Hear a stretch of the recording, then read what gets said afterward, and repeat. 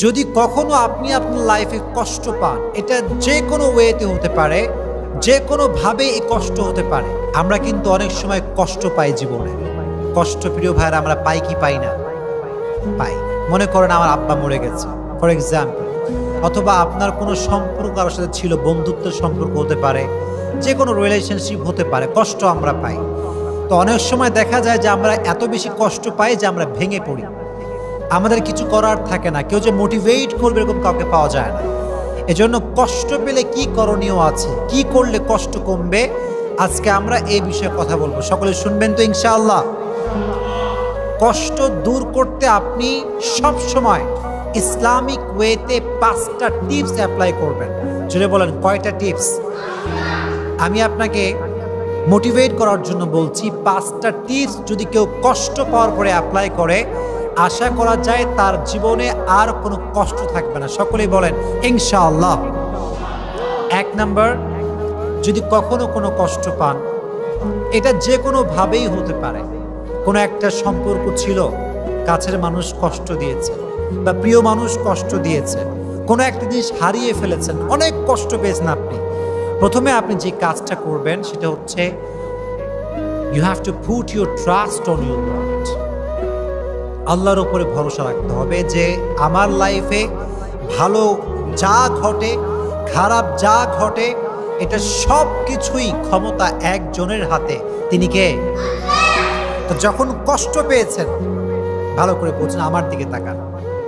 যখন কষ্ট পেয়েছেন আপনি বলবেন, আল্লাহ যা হয়েছে ভালোর জন্য হয়েছে, তুমি যা করেছো এটা ভালোর জন্যই করেছো, আমার তোমাকে নিয়ে কোনো অভিযোগ নাই, আমার জীবনে যা ঘটেছে আমি সেটার জন্যই পড়ছি আলহামদুলিল্লাহ। সকলে একবার পড়েন তো মন থেকে আলহামদুলিল্লাহ। Put your trust on your lord. আল্লাহর উপরে বিশ্বাস করেন যে আল্লাহ আমার জীবনে যা তুমি ঘটাবা এটা নেওয়ার জন্য আমি প্রস্তুত, এটা আমি মন থেকে মেনে নিলাম। দেখবেন আপনার ভালো মন্দ সব কিছু যখন আপনি আল্লাহর উপরে ছেড়ে দিবেন যে আল্লাহ যা করেছে ভালোর জন্যই করেছে, দেখবেন যে আপনার যেই পেইন, আপনার যে কষ্ট, এটা অটোমেটিক্যালি হালকা হয়ে যাবে। সুবহানাল্লাহ পড়েন। আল্লাহর উপরে বিশ্বাস সকলে রেখে চলবেন তো ইনশাআল্লাহ। 1 নাম্বার। 2 নাম্বার যে কাজটি কষ্ট পেলে করবেন সেটি হচ্ছে keep your self busy. Keep your self busy. নিজেকে ব্যস্ত রাখেন। কষ্ট পেয়ে গেছেন, আঘাত পেয়ে গেছেন, বউ ছেড়ে চলে গেছে, একটা রিলেশনশিপ ছিল, ব্রেকআপ হয়ে গেছে, যে কোনোভাবে আপনি কষ্ট পেয়েছেন, কিপ ইউর সেলফ বিজি। নিজেকে কাজে ব্যস্ত রাখেন। যে কোনো কাজ হতে পারে, এটা আপনার পছন্দের কাজ হতে পারে, যে কোনো কাজে হোক, খেলাধুলা হোক, বন্ধুর সঙ্গে আড্ডা হোক, যে কোনো কাজে just try to keep your self busy. নিজেকে ব্যস্ত রাখেন, দেখবেন কষ্ট হালকা হবে।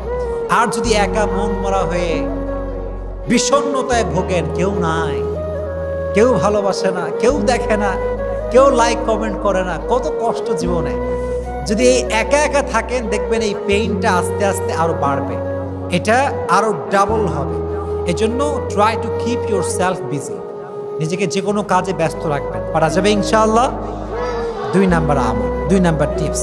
3 নাম্বার যে আমলটি আপনি করবেন, যে টিপসটি অ্যাপ্লাই করবেন, সেটি হচ্ছে বেশি বেশি ইবাদত করবেন। বেশি বেশি কি করবেন? ইবাদত করবেন। এটা হতে পারে কোরআন তেলাওয়াত। মনে করেন আপনি অনেক কষ্ট পাইছেন, আপনার বন্ধু বান্ধব, আব্বা আম্মা পাশে কেউ নাই, আপনি টোটালি ডিপ্রেসড এবং আপনি ছ্যাঁকা খাইয়া বেকা, অবস্থা খুবই খারাপ আপনার। এই সময় আপনি সবাইকে শেয়ার করবেন না বিষয়টা, কোরআনটা হাতে নেবেন, সুন্দর করে অজু করে গোসল করে কোরআন তেলাওয়াত করবেন, কোরআনটা বুকের সঙ্গে একদম চেপে ধরে রাখবেন। দেখবেন আল্লাহর কসম করে বলতে পারি, কোরআন আপনাকে যে সুখটা দিবে, যে শান্তি দিবে, যে পিস অফ মাইন্ড দিবে, যে পিস অফ হার্ট দিবে, আল্লাহর কসম পৃথিবীর কোনো স্বার্থবাজ মানুষ আপনাকে সেই শান্তি দিতে পারবে না, অসম্ভব এটা।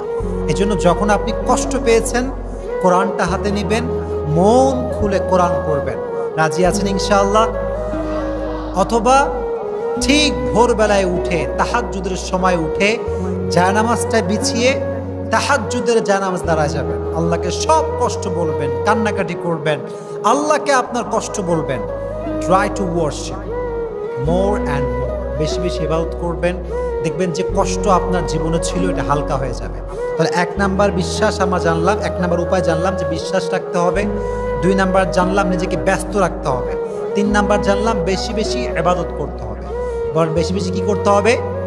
ইবাদত করতে হবে। 4 নাম্বার হচ্ছে spend your time with good people.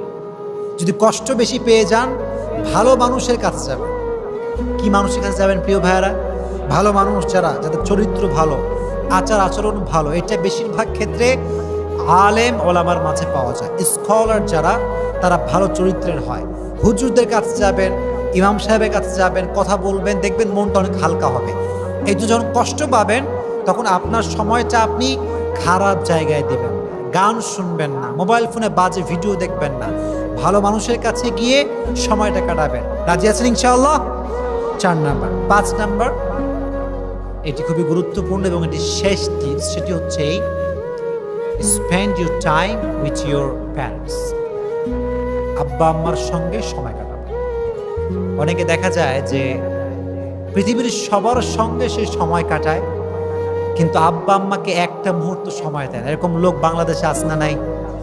অনেক আছে। মনে করে যে আমার বন্ধু আপন, অমুক আপন, তমুক আপন। বিশ্বাস করেন, বিপদে পড়লে আব্বা আম্মার চাইতে আপন পৃথিবীতে আর কাউকে পাওয়া যায় না। কথা বলেন ঠিক কিনা? আব্বা আম্মা সবচেয়ে বেশি আপন। এই জন্য কষ্ট পেলে আব্বা আম্মার সঙ্গে শেয়ার করবেন, আব্বা আম্মাকে বলবেন, আব্বা আম্মার সঙ্গে আপনার টাইম স্পেন্ড করবেন, দেখবেন আপনার কষ্ট হালকা হয়ে যাবে। তো আল্লাহ যেন আমাদের সবাইকে এই কাজগুলো মানা এবং বোঝার এবং আমল করার তৌফিক দান করে। আমরা সকলেই পড়ি আমিন।